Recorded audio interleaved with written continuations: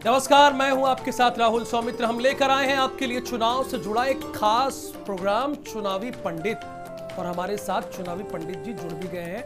इनका आप लोग स्वागत कीजिए, क्योंकि बेड़ा कैसे पार होगा कांग्रेस का, भारतीय जनता पार्टी का, सपा का, बसपा का, ये बताएंगे। इस प्रोग्राम में हम आपको लोकसभा चुनाव से जुड़ी कुछ रोचक जानकारियां देने की कोशिश करेंगे। तो आज का हमारा टॉपिक है उत्तर प्रदेश में किस पार्टी के सितारे क्या इशारा कर रहे हैं। क्योंकि सितारों के माहिर तो चुनावी पंडित है हमारे, वो बताएंगे कि सितारे कह क्या रहेंगे, यानी सियासी पार्टियों की कुंडलियों का विश्लेषण ये करेंगे, वो भी फ्री में। इन सबके लिए शो में हमारे साथ मौजूद है, मैंने पहले ही परिचय कराया, चुनावी पंडित यानी आचार्य राजीव शुक्ला जी।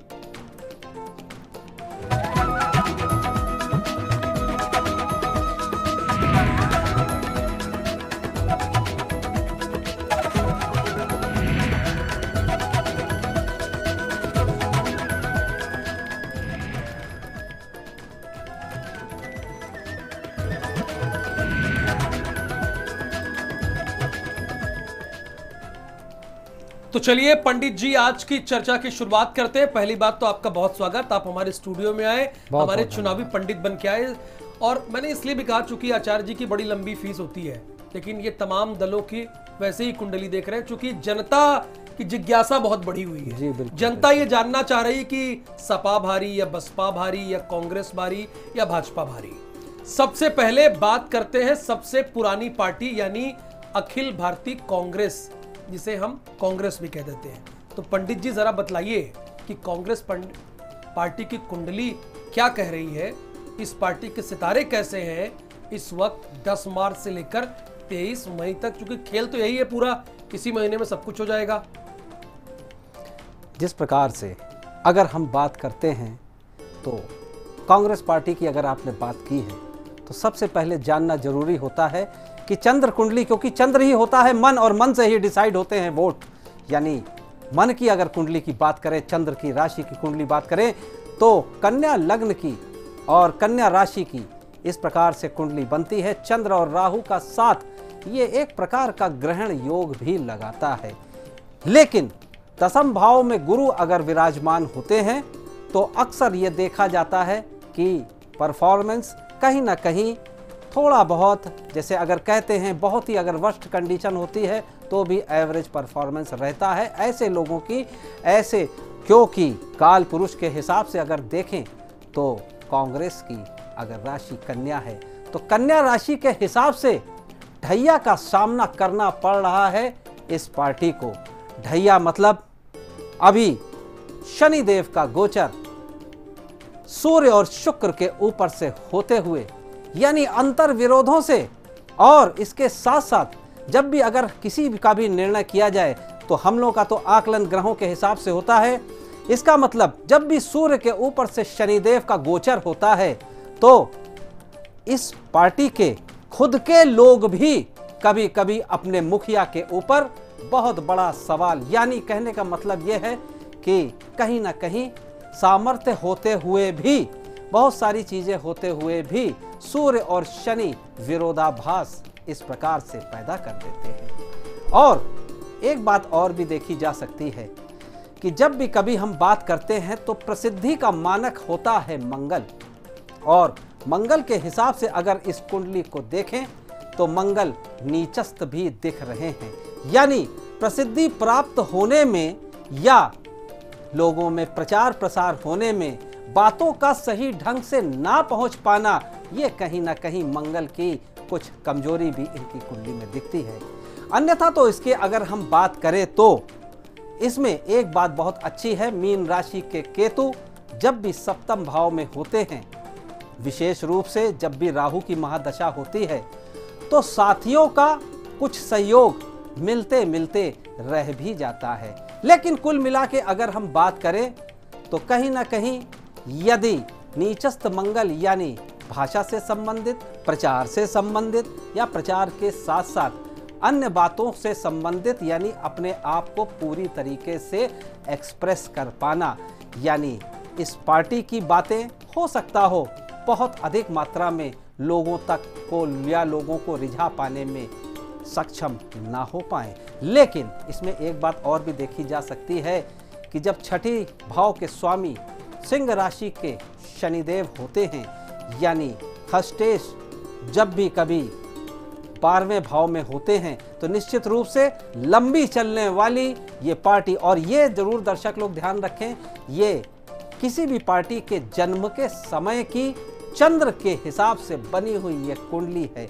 लग्न अलग प्रभाव देता है जरूर, लेकिन इसके साथ साथ जो भी ये कुंडली बता रही है, आयु इस पार्टी की तो ज़्यादा है, लेकिन अगर हम कहें थोड़ा सा परफॉर्मेंस की वजह से अगर हम बात करें, विशेष रूप से अगर हम ये भी बताना चाहते हैं कि अगर उत्तर प्रदेश की बात करें तो निश्चित रूप से बहुत अच्छे परफॉर्मेंस की इस मंगल के नीचस्थ होने की वजह से और राहु और चंद्र का लग्न पे यानी राशि पे आ जाना थोड़ा सा कुछ बातें और कुछ पराक्रम इनके ढक से सकते हैं।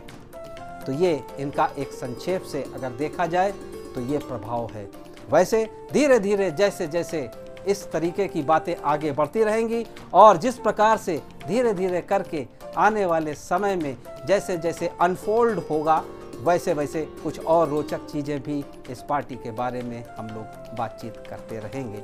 निर्णय लेने की क्षमता ये बताते हैं गुरु, और निर्णय लेने की क्षमता के साथ साथ निर्णय को कार्यान्वित करने की क्षमता ये बताते हैं मंगल। तो जब भी मंगल नीचस्थ होते हैं तो निर्णय लेने की क्षमता भले ही कम हो, लेकिन निर्णय लेके उस काम को कर गुजरने की इच्छा ये इस पार्टी, क्योंकि जो भी कुंडली बनती है वो जैसे हम लोग काल पुरुष कहते हैं, वैसे ही हर कुंडली किसी भी प्रकार से हो, चाहे व्यक्ति की हो या किसी पार्टी विशेष की हो, तो निश्चित रूप से अभी राहु की महादशा का प्रभाव देखा जा सकता है। राहु कन्या के अच्छे बोले गए हैं, लेकिन राहु की महादशा का प्रभाव जो चंद्र के साथ है, कुछ मानसिक स्थिति वैसे भी देखा जाए तो पार्टी से संबंधित अगर देखें तो कुछ मानसिक स्थिति व्यथित रह सकती है इस राहु की महादशा में। जहां तक कांग्रेस से संबंधित इनके मुखिया या कांग्रेस से संबंधित और पदाधिकारियों की बात है, थोड़ा सा व्यथित करने वाला ये समय जरूर चल रहा है।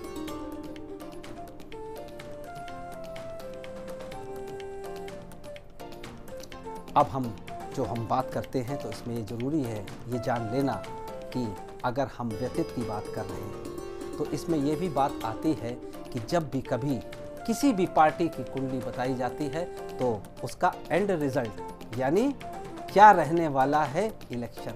जैसा मैं अक्सर बताते आता हूँ, राहु, केतु, मंगल और शनि ये इस प्रकार के, और चतुर्थ भाव के स्वामी गुरु, ये दोनों ही अगर हम देखें तो निश्चित रूप से कुछ काम ज़्यादा करने की जरूरत जरूर आन पड़ी है। तो पंडित जी, आपने ये तो बता दिया, कई चीज़ें आपने कह दिया कि समस्या तो है और समाधान के लिए आपके पास आना पड़ेगा। कांग्रेस की कुंडली देख के तमाम दर्शक समझ गए। आपने कई चीज़ यानी कह दिया कि आप आइए, समस्या है। अब जरा बसपा के बारे में भी बताइए, इस पार्टी के सितारे गर्दिश में तो नहीं जा रहे हैं, क्या कह रहे हैं? और बसपा को गठबंधन से फायदा पहुंचेगा या नहीं पहुंचेगा? जी बिल्कुल, और ये बिल्कुल समसामयिक है, हर बात का जवाब ज्योतिष से मिलता है।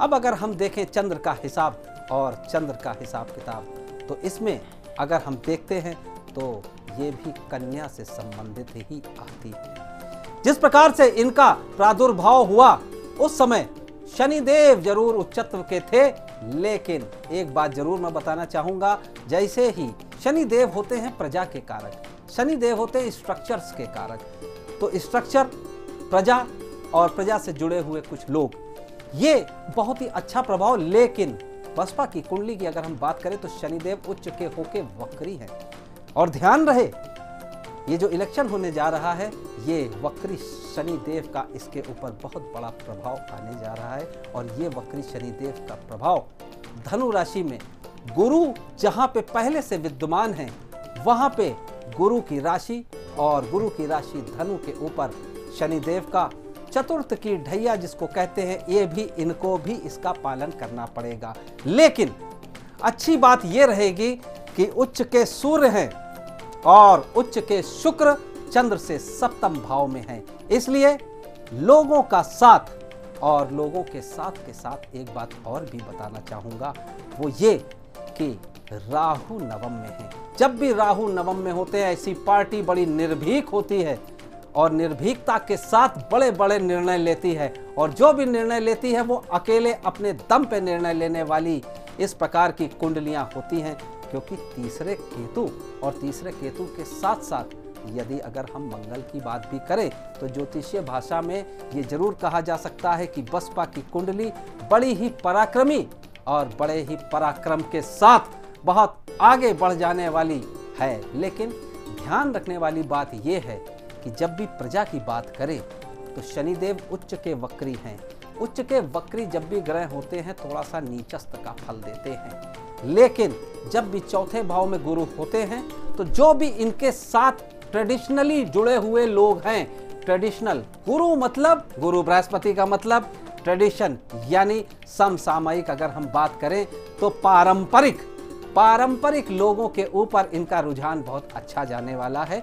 और अगर हम इसकी एक बात और विशेष रूप से बताना चाहेंगे, गजकेसरी योग का प्रमाण रहता है, यानी निश्चित रूप से बहुत प्रकार के लोगों से और बहुत प्रकार के सामाजिक दृष्टिकोण से अगर हम बात करें तो कई प्रकार के ग्रुप्स से भी यानी समुदाय से समूह से भी इस इलेक्शन में निश्चित रूप से एक अच्छा प्रभाव देखा जा रहा है।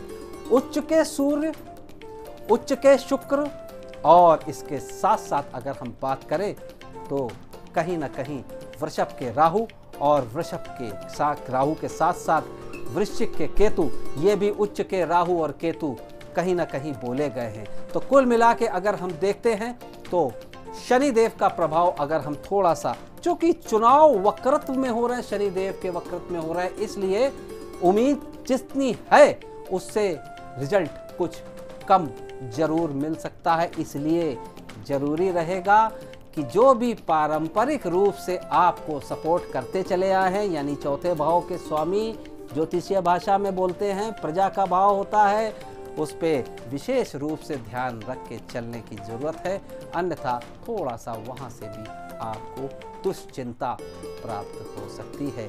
ये कुछ बातें हैं, प्लस भी होता है कुंडली में, माइनस भी होता है।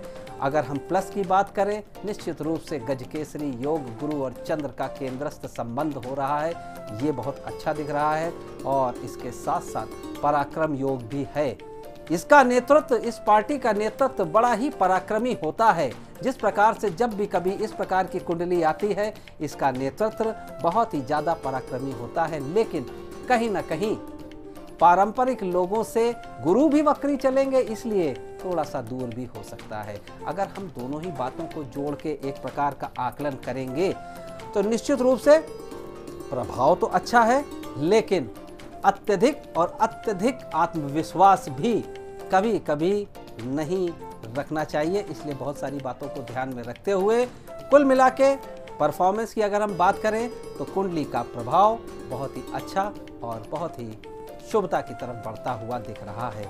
बस एक ही बात की ध्यान देने वाली बात होती है कि जब भी कभी किसी भी राशि पे या राशि के हिसाब से किसी भी व्यक्ति पे या किसी भी पॉलिटिकल पार्टी की कुंडली में जब भी कभी इस प्रकार का प्रभाव आता है तो जो गठबंधन की बात हुई है, गठबंधन तो बहुत अच्छा दिख रहा है क्योंकि कन्या और शुक्र में, लेकिन ये गठबंधन में एक बात जरूर देखने की बात है क्योंकि शुक्र हैं तो ऊंचे, सप्तम भाव से गठबंधन तय होता है तो ऊंचे, लेकिन उनकी नीचस्थ दृष्टि इनकी कुंडली पे पड़ रही है। इसका मतलब थोड़ा सा स्थायित्व बनाए रखना इस गठबंधन का, ये बहुत बड़ी चुनौती आने वाले समय में होने वाली है, अन्यथा तो इसका प्रभाव शुभ है।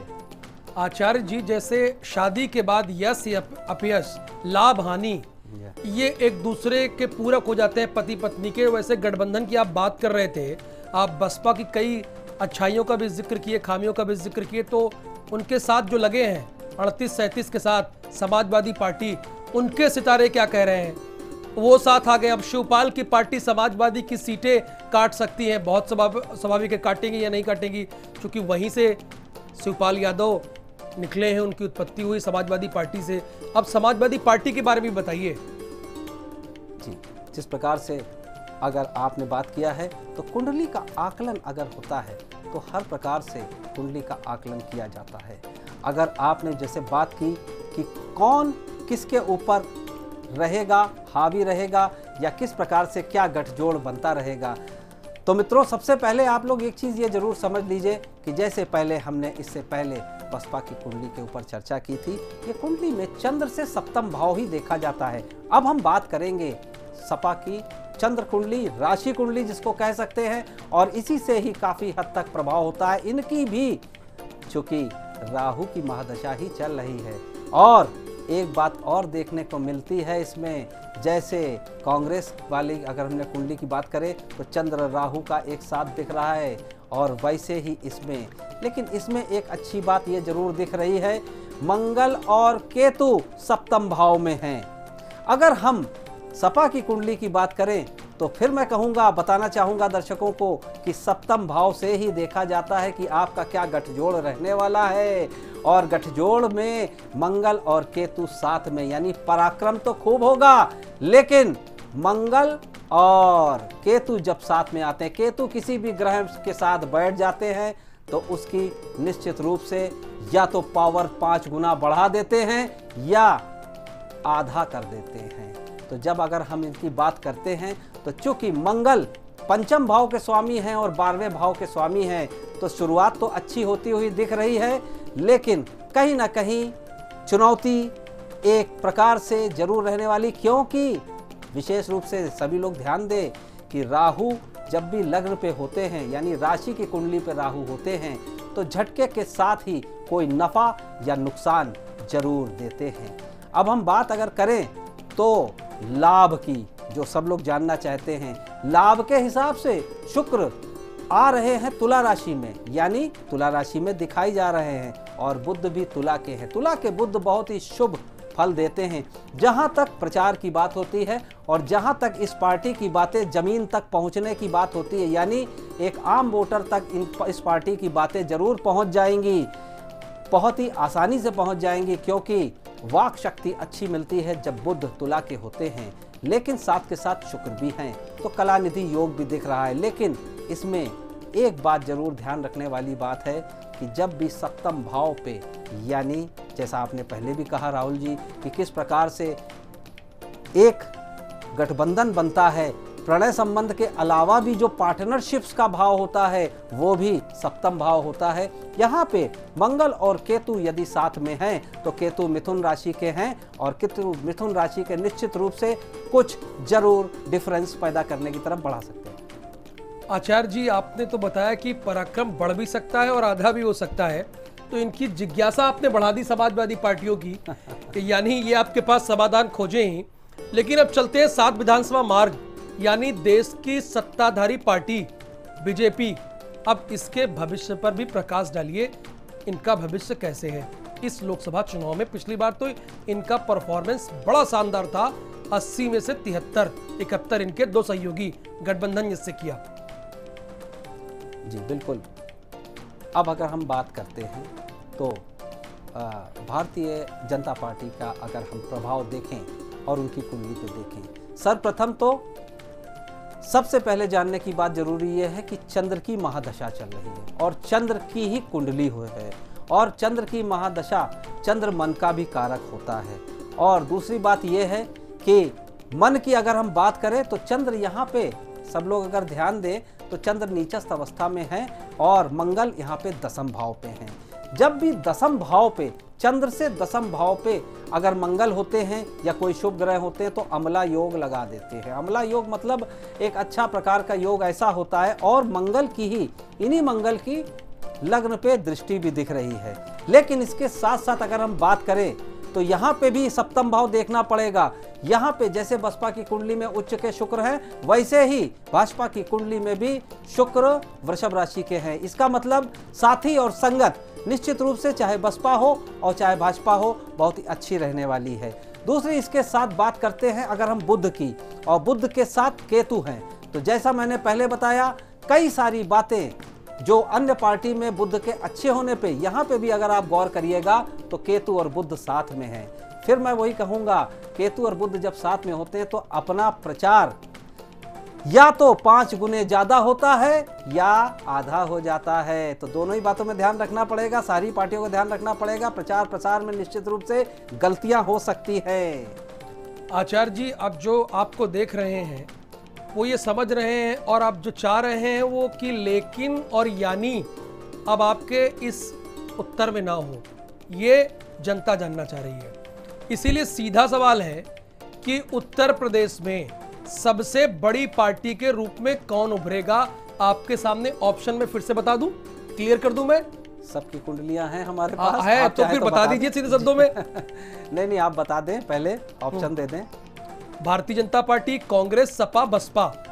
जी, इसमें एक चीज का जरूर ध्यान रखना पड़ता है, जब भी ज्योतिष का आकलन होता है तो इसमें एक बात जरूर है, अगर भविष्यवाणी करना हो, प्रेडिक्शन करना हो, तो इसमें ताकत सबकी जो होती है वो भी देखी जाती है, और ताकत के साथ साथ ये भी देखा जाता है कि मुखिया का क्या प्रभाव है। इसमें एक बात जरूर ध्यान रखने वाली बात है कि जो भी अगर ये इस इलेक्शन में बात करते हैं तो भारत की कुंडली के परिदृश्य में बात करते हैं, जो कि वृषभ लग्न की है और कर्क राशि की है। और कर्क राशि और वृषभ लग्न के हिसाब से अगर मुखिया बनेगा तो उत्तर प्रदेश की आपने चूंकि बात की है, तो उत्तर प्रदेश में थोड़ा सा कुछ प्रभाव, दुष्प्रभाव मिल सकता है इस समय, चाहे सत्ताधारी पार्टी हो या जो ऐसी पार्टी है जो बहुत समय से कोशिश में लगी हुई हैं। लेकिन अगर देखें तो दुष्प्रभाव को दूर करने की अगर हम बात करते हैं तो मुखिया की बात अगर हम करें, दसम भाव यानी मुखिया होता है और नवम भाव भी मुखिया होता है। तो भारत की अगर मुखिया की कुंडली देखें तो निश्चित रूप से मकर से संबंधित ही आता है, और मकर ही उत्तर प्रदेश का राशि एक ऐसी है जो उत्तर प्रदेश का भाग्य कर सकता है। लेकिन जब कभी लोगों के सामने, यानी मन से हम बात कर रहे हैं, चंद्र सी कुंडली से हम बात कर रहे हैं, तो जब भी कभी लोगों के सामने कोई ऑप्शन रखने की बात आती है तो वो ऑप्शन में जरूर ये बात आती है कि ये मुखिया कि ये मुखिया। इसमें अगर हम बात करते हैं तो कहीं ना कहीं कुछ अन्य पार्टियां जिनके पास एक राष्ट्रीय स्तर पे मुखिया की कुछ कमी दिख रही है, वो यदि दूर कर लेते हैं तो बहुत अच्छा रहेगा। अन्यथा तो रिजल्ट हो सकता हो कुछ सामान्य घट बढ़ के एक सामान्य गति पे बढ़ सकता है। तो देखा आपने, चुनावी पंडित आचार्य राजीव शुक्ला जी ने आपको जवाब नहीं दिया, क्योंकि ये आज ही थोड़ी, अब ये रोजाना आपके साथ आएंगे, रोजाना पार्टियों का लेखा जोखा लेकर हाजिर होंगे, उनकी कुंडली लेकर हाजिर होंगे। चूंकि आप जानना चाह रहे हैं कि मैंने तो सवाल सीधा पूछा कि 4 पार्टियों में से कौन उत्तर प्रदेश में आगे होगा, चुनावी पंडित जी ने इसका जवाब दिया नहीं। तो कल आइए, कुछ मुद्दे और रहेंगे, चुनावी पंडित से कुछ और सवाल करेंगे, जवाब भी होगा और सीधे सीधे आपके सवाल भी होंगे। आज के लिए नमस्कार। आचार्य जी हमारे स्टूडियो में आए, आपका बहुत धन्यवाद। नमस्कार।